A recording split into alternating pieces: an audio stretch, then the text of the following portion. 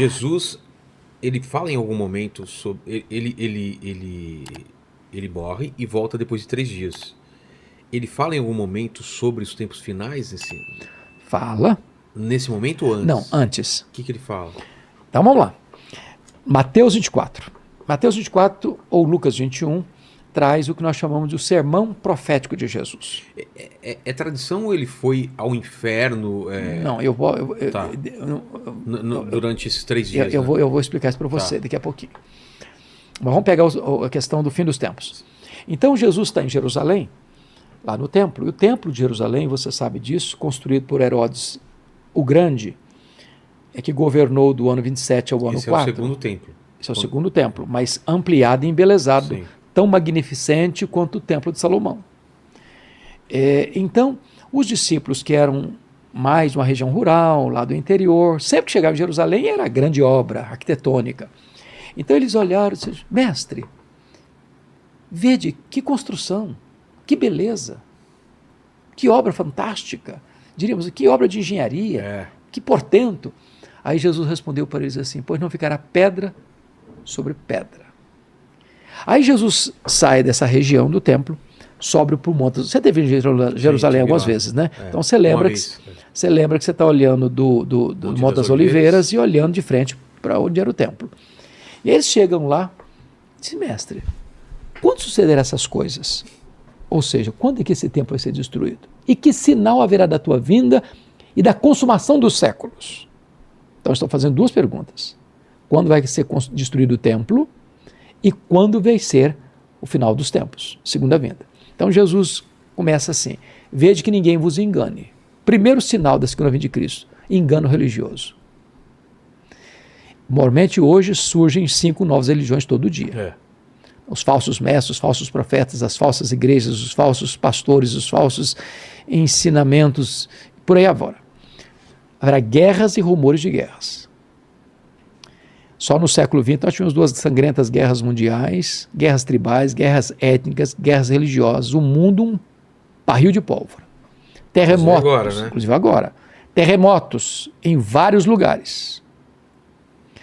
Houve mais terremotos do século XX para cá do que no restante da história.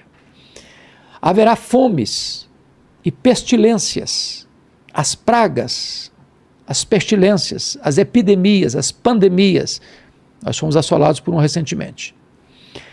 Haverá que mais? Perseguição religiosa. Vos matarão, vos perseguirão. Do século XX para cá, mais cristãos foram martirizados que em todo o restante da história. Nas mãos de quem? Do comunismo ateu. Das religiões, às vezes, radicais. O que mais vai ter? Esfriamento do amor. O amor se esfriará. O que mais vai ter? A pregação do evangelho em todo o mundo. E hoje, veja você, a internet, o seu programa agora, que tem aqui 7.300 pessoas acompanhando ao vivo, e depois vai subir para uma plataforma do YouTube, e talvez centenas de milhares. No YouTube. Então. E tem alguém na Inglaterra assistindo, alguém no Japão assistindo agora. Então, não tem nada mais incrível do que a internet hoje para que o evangelho seja pregado em todo o mundo. Que mais? A apostasia. E você está vendo que muitas igrejas se renderam ao liberalismo e se fecharam. A apostasia é afastamento da verdade de Deus. Então, se você percebe a igreja na Europa, está morrendo. Você percebe o sincretismo religioso, templos lotados, mas não tem evangelho. Não tem evangelho. É prosperidade, é cura, é milagre, é isso, é aquilo, aquilo outro, mas o evangelho de Cristo, simples, puro, verdadeiro, não é pregado. Então, apostasia. Mas o homem da iniquidade, que é o anticristo, e aí talvez entra naquilo que você quer saber daqui a pouquinho, onde o mundo está preparado, Vilela, para uma agenda global.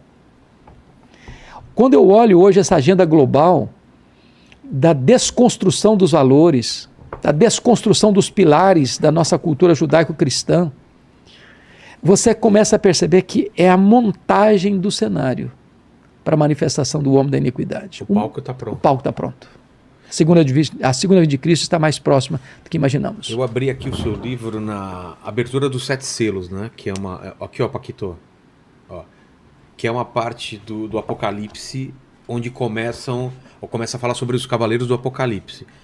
O que seriam os 7 selos e as 7 trombetas? Mas mais uma vez eu vou pedir cara, eu tô indo muito ao banheiro, cara. Ô, Paquito, me ajuda aí. Se tiver uma pergunta sobre esse assunto, o que a gente falou melhor. Porque eu quero voltar. Você quer que eu espere você para dar a resposta Sim, dessa pergunta? Então vamos à pergunta dele. Essa, vamos essa aí você volta com a pergunta depois. Ó, vamos lá. A Amanda, que é nossa membra aqui, ela mandou uma pergunta aqui que é quase a Bíblia inteira, tá? Então vamos lá. Ela mandou aqui, em Coríntios, fala sobre Paulo plantar e Apolo regar, mas é Deus quem dá o crescimento. E hoje em dia, essa divisão que não existe numa cidade com relação à placa de igrejas. Não há comunhão entre os cristãos de uma única cidade. Antigamente era os cristãos em tal cidade, os cristãos naquela outra cidade. Hoje em dia, em uma cidade, a impressão que dá é divisão dos irmãos devido à denominação.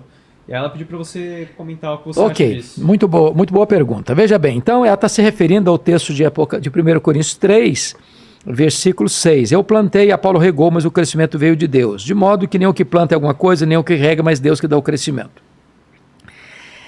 O que ele está querendo dizer esse texto é o seguinte: nós não somos concorrentes, nós somos cooperadores. Paulo plantou, ele foi o fundador da igreja, ele saiu da igreja, foi para Éfeso, mas Apolo veio, deu continuidade ao seu trabalho regando, mas quem produz os resultados da igreja é Deus, porque ele é quem dá o arrependimento para a vida, ele é quem dá a fé salvadora, ele é quem justifica, ele é quem regenera, ele é quem santifica. Então, a salvação é uma obra de Deus. O que ela está apontando é um fato. A divisão das igrejas hoje é triste. É triste, porque às vezes as igrejas, em vez de estarem se unindo para pregar o evangelho, elas estão competindo umas com as outras. Eu estou falando de igreja, não estou falando de seita, que pregam a heresia, que desvirtua a verdade, porque nós não podemos nos unir a não ser na verdade. Não existe união, ecumenismo, no sentido de juntar, não importa o que você crê, vão estar juntos, isso está errado, a Bíblia não ensina isso. Mas se há salvação em Cristo, nós estamos unidos no evangelho, precisamos sim cooperar em vez de competir. É isso que ela está querendo dizer nesse texto. Pois bem, voltando à sua Manda mais umas antes da gente entrar no Apocalipse. Ó, então vamos lá. Perto desse tema, acho que não vai ter algo muito próximo assim. Mas deixa eu ver os assuntos. Mas o Alan Cavalcante, ele perguntou aqui qual a relação dos anjos caídos com os eleitos de Deus. Todo salvo e regenerado faz parte de um grupo que irá substituir a terça parte de anjos caídos? Não, uma coisa é anjo, outra coisa é ser humano. Não tem nada a ver. Nada a ver uma coisa com outra. A única coisa que aconteceu, não sei se é na Bíblia ou está em textos apócrifos, é o lance dos Néfilins, né? Da união de alguns anjos caídos com humanos e nasceram gigantes. Ou não? Não, eu não penso assim, não posso concordar com isso. Eu vou dizer por quê que eu não posso concordar com isso. Embora muitos cristãos acreditem nisso, pessoas muito bem conceituadas acreditem nisso. Eu não creio assim. E vou lhe dar as razões. Primeiro, Jesus disse que no céu nem se casa, nem se dá em casamento, seremos como os anjos. O que significa isso? Que os anjos são assexuados. Os anjos não são uma raça. Os anjos não procriam. Entendi. A mesma quantidade de anjo que Deus criou é a quantidade que existe. Tá. Nem mais, nem menos. Então o anjo não tem relação sexual. Segundo, se hipoteticamente fosse um anjo tendo relação com uma mulher, o que nasceria daí é um ser híbrido. Quando você fala de um gigante ou de um anão, você está falando de um ser humano pleno. O que está definindo aí é a estatura dele, não a natureza dele. Então, o que o texto quer dizer lá, dos filhos dos homens se unindo com as filhas de Deus, é a mistura de casamento da geração corrompida de Caim com a geração piedosa de Sete. Está falando de casamento misto e não de sexo de anjo com mulheres. Mas seriam seres diferenciados, esses gigantes? Você ou não? encontra na história várias situações lá dos filisteus, por exemplo, não só lá na época de Gênesis, Davi e Golias. Então, tem casos sim de homens de tantos metros de altura. E hoje Mas ainda não seriam filhos de anjos com... Não, eu não posso crer nessa possibilidade, porque para mim isso contraria o todo das Escrituras. E uma das regras da hermenêutica é que a Bíblia interpreta a Bíblia. Entendi. Eu não posso... A outra pergunta tinha a ver com essa ou não? É da terça parte, né? O que Isso. era? Não, então, a ideia dela é a seguinte, é que como uma terça parte dos anjos caíram, se eu vou entender Apocalipse 12:3 nessa linha literal, um terço das estrelas caíram, e eu quero crer que é assim, é como se os homens salvos, os eleitos de Deus, fossem para completar essa quantidade de anjos que caíram. Não tem nada a ver isso. Então vamos para o Apocalipse. Se você falou dos 7 selos. Mas só dá um panorama. Panorama, boa. Por que esse livro ele é tão enigmático, ele é escrito dessa forma? Em que contexto? Qual a mensagem que ele queria passar para aquela época e para a gente, né, hoje em dia? Então vamos pegar o contexto histórico para entender. João é o último apóstolo de Jesus vivo. Os outros todos já tinham sido martirizados. Eu estou falando aí por volta do ano 96. Tá. Domiciano, o imperador romano, assume o governo em 81, indo até 96. Domiciano foi chamado de o segundo Nero, ou Nero redivivo, pela maneira truculenta como ele perseguiu os cristãos. Então, se você pega os imperadores, Júlio César, César Augusto, Tibério César, Calígula, Cláudio, Nero, Tito Flávio, Vespasiano, Domiciano, concluindo com Galba no final do primeiro século, nós estamos falando da maioria desses homens que não eram flor que se cheira. Tá. Mas Nero começa a perseguição crudelíssima. Domiciano vem na mesma toada. O que Domiciano faz? Ele pega João, que era pastor em Éfeso, deporta João para esta ilha vulcânica, para esta colônia penal, chamada de Ilha de Patmos, uma ilha do mar Egeu.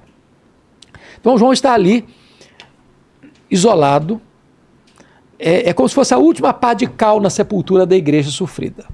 Quando Deus então abre uma porta para ele no céu e diz, sopra aqui que eu te mostrarei, não as coisas que talvez aconteçam, não as coisas que podem acontecer, mas eu te mostrarei as coisas que devem acontecer. Então o Apocalipse é uma revelação de Deus, numa linguagem muito simbólica, para um povo que está sendo massacrado, torturado e martirizado. Por isso, a riqueza de símbolos. Para quê?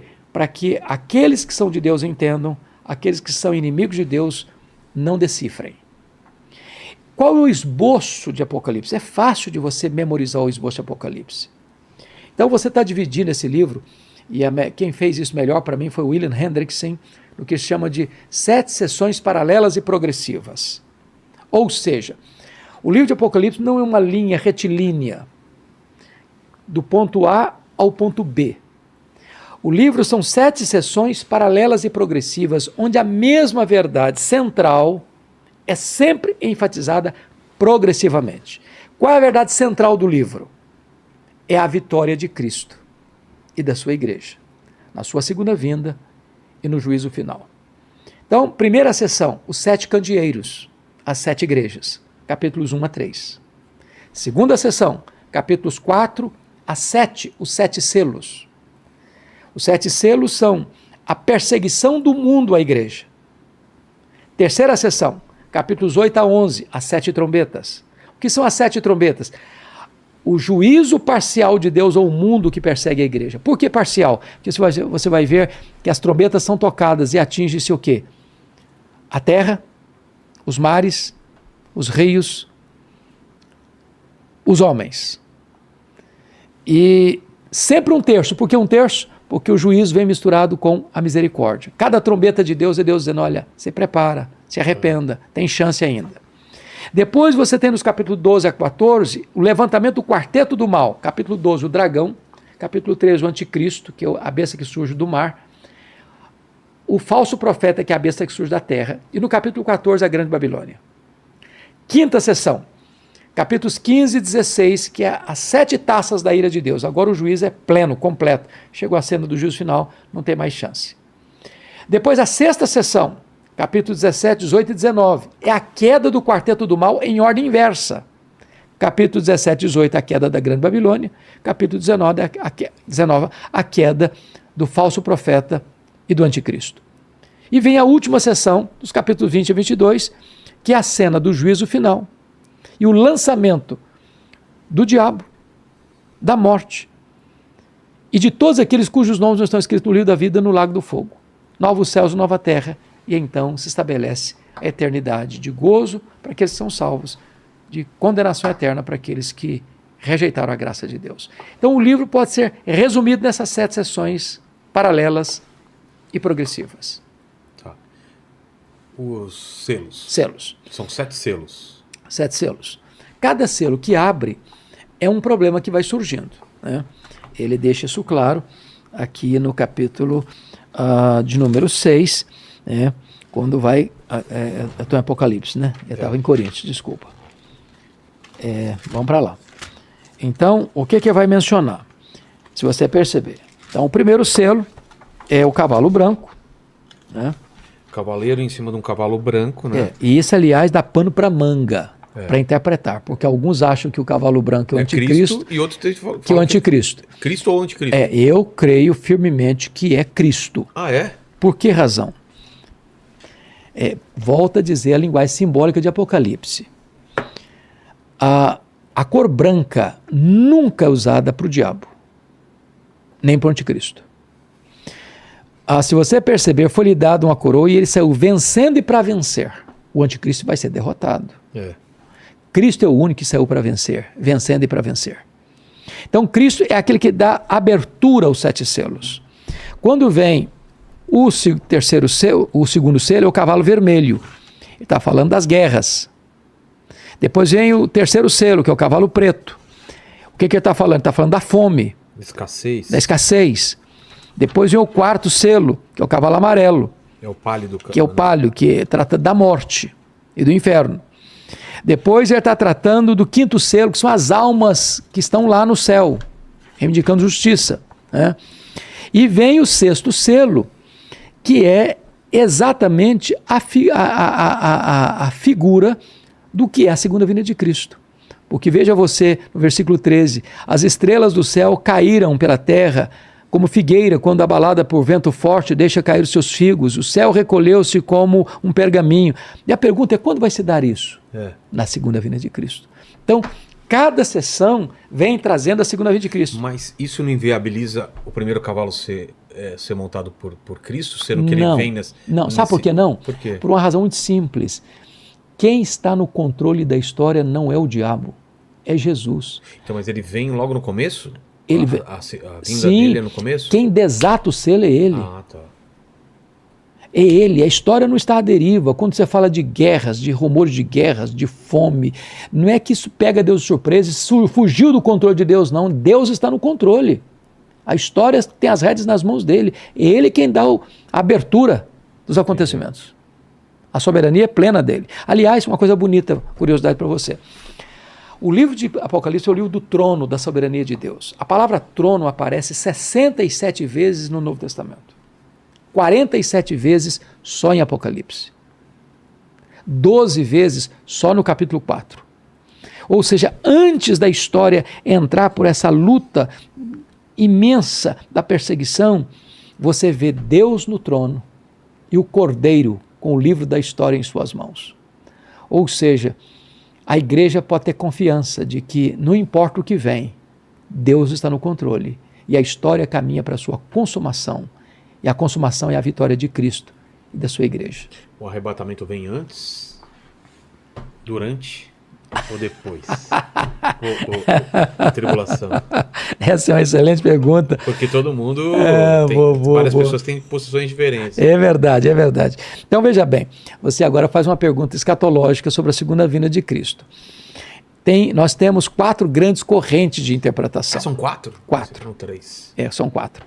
Você tem o amilenismo, você tem o pós-milenismo, você tem o pré-milenismo histórico e você tem o pré-milenismo dispensacionalista, que é pré-tribulacionista. Quando o pré-milenismo histórico é pós-tribulacionista. Então, importante dizer isso. Isso não é doutrina. O que é doutrina, que é verdade, que não pode mexer, são cláusulas pétreas, é que Jesus voltará. Tá. É que os mortos vão ressuscitar. Que vai ter juízo final. Que vai ter céu e inferno. Isso é doutrina. Isso não se mexe. Agora, as correntes de pensamento sobre essa doutrina vão variar. Por exemplo, os pré-milenistas, pré-tribulacionistas, acreditam num arrebatamento secreto, diferente da segunda vinda visível. Então, eles dizem o seguinte: nós estamos aqui em 3 pessoas, certo? É. Hipoteticamente, vamos imaginar que 2 de nós aqui seja salvo e 1 ainda não. Eu e você. Não vou nem ter dúvidas. Tô brincando, É brincadeira, hein, Paquito? Não, mas nem eu tenho dúvida quanto a isso. Ô, Paquito, desculpa, viu? A gente vai. Então, o que acontece no arrebatamento secreto? Tá. Então, 2 de nós sumiria daqui. E 1 ficaria... Cadê o fulano? Cadê os caras? Cadê os caras? Sumiram. Acabou o programa no meio. Então, tem aquela música lá, o mercado está vazio, o seu barulho já cessou, martelo dos obreiros, né? Imagine um avião, o piloto é arrebatado, o avião fica à deriva. Então, um desespero total. Não tem base bíblica, sabe, Para isso? Vilhena, para isso. Tá. Você não vai encontrar no Novo Testamento a ideia de um arrebatamento secreto diferente de segunda vinda. Não tem. Não tem. A segunda vinda, ela tem características muito claras. Primeiro, ela é pessoal.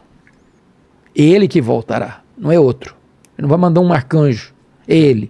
Segundo, ela é visível, todo olho verá. Terceiro, ela é audível. Dada a sua palavra de ordem, ouvida a voz do arcanjo, ressoada a trombeta de Deus, descerá dos céus. Quarto, ela é repentina, como o Oriente, como o relâmpago risca do céu do Oriente ao Ocidente. Num momento, no abrir e fechar de olhos. Quinto, ela é inesperada, é como um ladrão de noite. Não manda um telegrama, nem um WhatsApp dizendo, olha, tal dia, faz um cafezinho, um pão de queijo que eu estou chegando. Vai acontecer. Né? Sexto, ela é inescapável, é como uma mulher grávida que dá para dar luz, não dá para desmarcar esse evento. Nenhuma corte tem autoridade para desmarcar esse evento. Sétimo, ela é vitoriosa. Ele vem, coloca todos os inimigos debaixo dos seus pés, se assenta no trono e julga as nações. Então, essas são características da segunda vinda. Não tem arrebatamento secreto. Não há base bíblica para isso. Essa é uma das opções. E as outras? Então, o que é que eu entendo? Eu, particularmente, como calvinista que sou, eu defendo a ideia e a posição amilenista. Eu acho que ela é mais simples, mais fácil de entender, mais clara à luz das Escrituras. O que ela diz?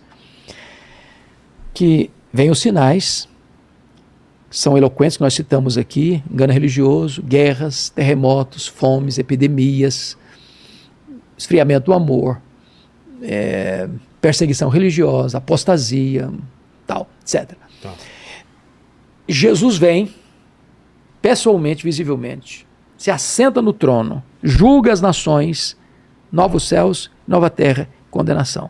A segunda vinda de Cristo põe fim na história. Acaba a história. Começa a eternidade. Não tem tribulação?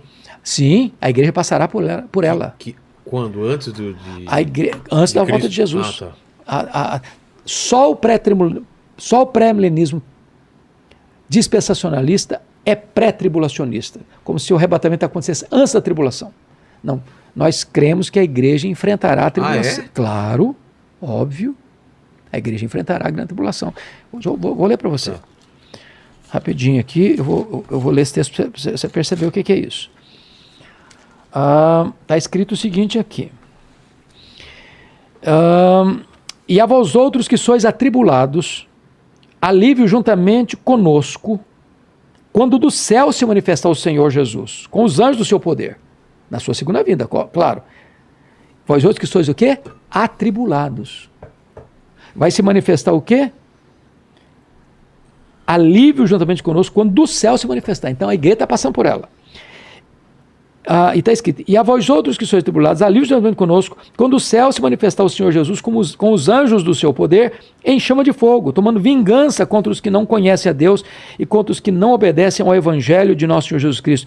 Esses sofrerão penalidade de eterna destruição, banidos da face do Senhor, da glória do seu poder. Quando Jesus voltar, a igreja estará, sim, debaixo de intensa perseguição. Jesus vem, os tira da perseguição na sua segunda vinda. Entendi. E os que ficam serão atribulados, ou seja, condenação eterna. E a tribulação é correto aquela coisa de 7 anos ou isso também não tem base?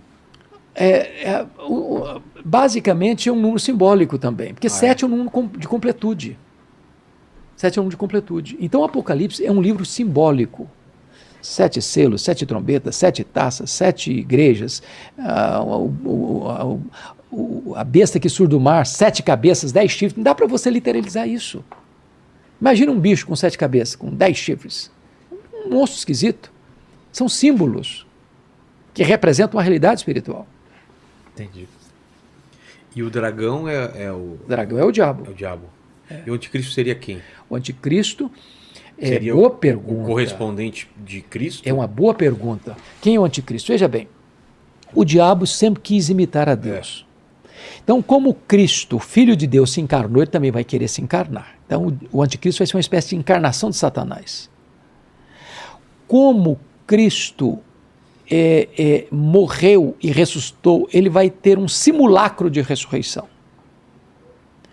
Como Cristo sela o seu povo com o Espírito Santo, ele também vai querer marcar os seus com o sinal da besta. Então, o anticristo tem nome de homem, está escrito lá, nome de homem. Vai receber todo o poder de Satanás. E Mas é um humano, então. É humano. É humano. Olha aqui o que está escrito em Apocalipse 13. A coisa é muito grave. Está escrito aqui, ó. Foi-lhe dado também que pelejasse contra os santos, os crentes, e os vencesse. Como assim os vencesse? O diabo, o anticristo vai vencer os crentes? Vai e não vai. Agora, preste atenção. Deu-se-lhe ainda autoridade sobre cada tribo, povo, língua e nação, e adorá-lo-ão todos os que habitam sobre a terra, aqueles cujos nomes não estão escritos no livro da vida do Cordeiro, que foi morto desde a fundação do mundo. Nenhum crente verdadeiro vai adorar o anticristo. Nenhum. Jesus não vai perder nenhuma das ovelhas dele. Não pode ser enganado? Não, não pode. Nenhum salvo vai ser enganado. O que significa isso? Significa o seguinte, que é como se o anticristo chegasse para você e falasse, ou você nega Jesus ou eu te mato. Ah, tá. Aí o crente diz, eu prefiro morrer do que negar Jesus. Aí o cara mata o cidadão. O anticristo venceu, matou. Mas aquele que é de Cristo venceu, porque está escrito aqui, ó, no 12. Eles, pois, o venceram por causa do sangue do Cordeiro e por causa da palavra do testemunho. Ou seja, palavra do testemunho é martiria no grego. Quando um crente morre pela sua fé, ele está vencendo o diabo. O que o diabo queria era que ele se apostatasse da fé. Então, morrendo por causa da sua fé, ele vence o diabo. Então, nenhum crente vai seguir o anticristo, mas todos os que não são verdadeiramente convertidos vão seguir o anticristo. Vão ter duas alas só, os salvos e os que vão se render ao anticristo. Qual é o poder desse anticristo? Está escrito aqui. O poder de humano ou o poder de... Está escrito aqui. Olha aqui. Olha o que está escrito aqui. E adorarão o dragão, o diabo, porque deu a sua autoridade à besta. O diabo deu a autoridade ao anticristo, à besta. Também adoraram a besta, dizendo, quem é semelhante à besta? Quem pode pelejar contra ela? Essa é a grande pergunta. Vai ser um ser humano com um poder tamanho nas mãos, que a pergunta é, quem tem poder de lutar contra essa pessoa e prevalecer sobre ela? E aí o texto vai dizer que foi-lhe dado que pelejasse, né, contra os santos e os vencesse. Então ele tem um poder sobrenatural, o poder do próprio diabo. Que vai enganar muitos, mas não os cristãos. Não os cristãos, não os eleitos. Que ele vai parecer Cristo. Ele vai parecer Cristo, vai fazer milagres extraordinários. Entendi. Então, é o engano religioso. Mas, pastor, a gente está próximo disso ou não? Muito próximo. É mesmo? Muito próximo. Muito próximo. Tem vários sinais. Ô varão, se você ler atentamente... E o papo da reconstrução do templo? Essa é uma outra conversa que preciso passar por um checklist. Porque essa é uma linha do dispensacionalismo que faz uma distinção entre Israel e igreja. Exato. Não existe essa distinção no Novo Testamento. Não? Não. É só você ler Efésios. Qual é a grande tese de Paulo aos Efésios? Que Deus formou de dois povos, judeus e gentios, um só povo. O que é igreja? O que é igreja? Está escrito aqui nas Escrituras. Aqui Apocalipse 5, versículo de número 9.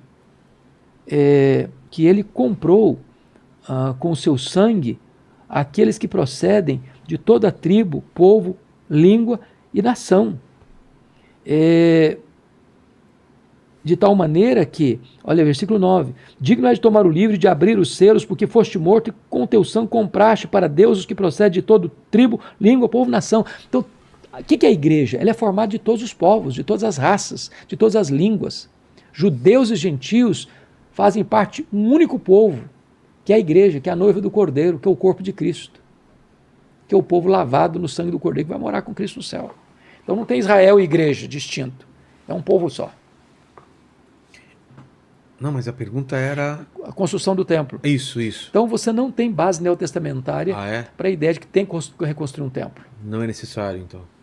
Porque essa é a ideia gera uma confusão. É a ideia de que tem que voltar todo ao judaísmo, voltar todo ao sacrifício judaico. E os 144 mil? São judeus, né, que retornam. Linguagem simbólica, de também. novo. Isso é a linguagem do número... Está no Apocalipse 6 e 7, que fala de linguagem contável e incontável. Tá. A igreja ela é contável para Deus. Mas é incontável para os homens. Ela é 144 mil. Isso é um símbolo da completude da igreja. Mas é uma multidão inumerável que não se pode contar ao mesmo tempo. Então, se você literalizar o livro de Apocalipse, você vai ter problemas de hermenêutica. Porque é um livro altamente simbólico que precisa ser interpretado nessa perspectiva. Entendi. Embora uma das regras da hermenêutica é que você deve interpretar literalmente sempre que possível. Mas não dá para você também interpretar um texto que é simbólico literal, porque você vai criar dificuldades. Como eu disse para você, o que são 7 selos? O que são 7 trombetas? O que são 7 taças? O que é esse negócio de um bicho que sai do mar, um bicho que sai da terra, um dragão cuspindo fogo, a noiva, a meretriz? São figuras de linguagem que representam a realidade espiritual. Entendi. Paquito, alguma dúvida?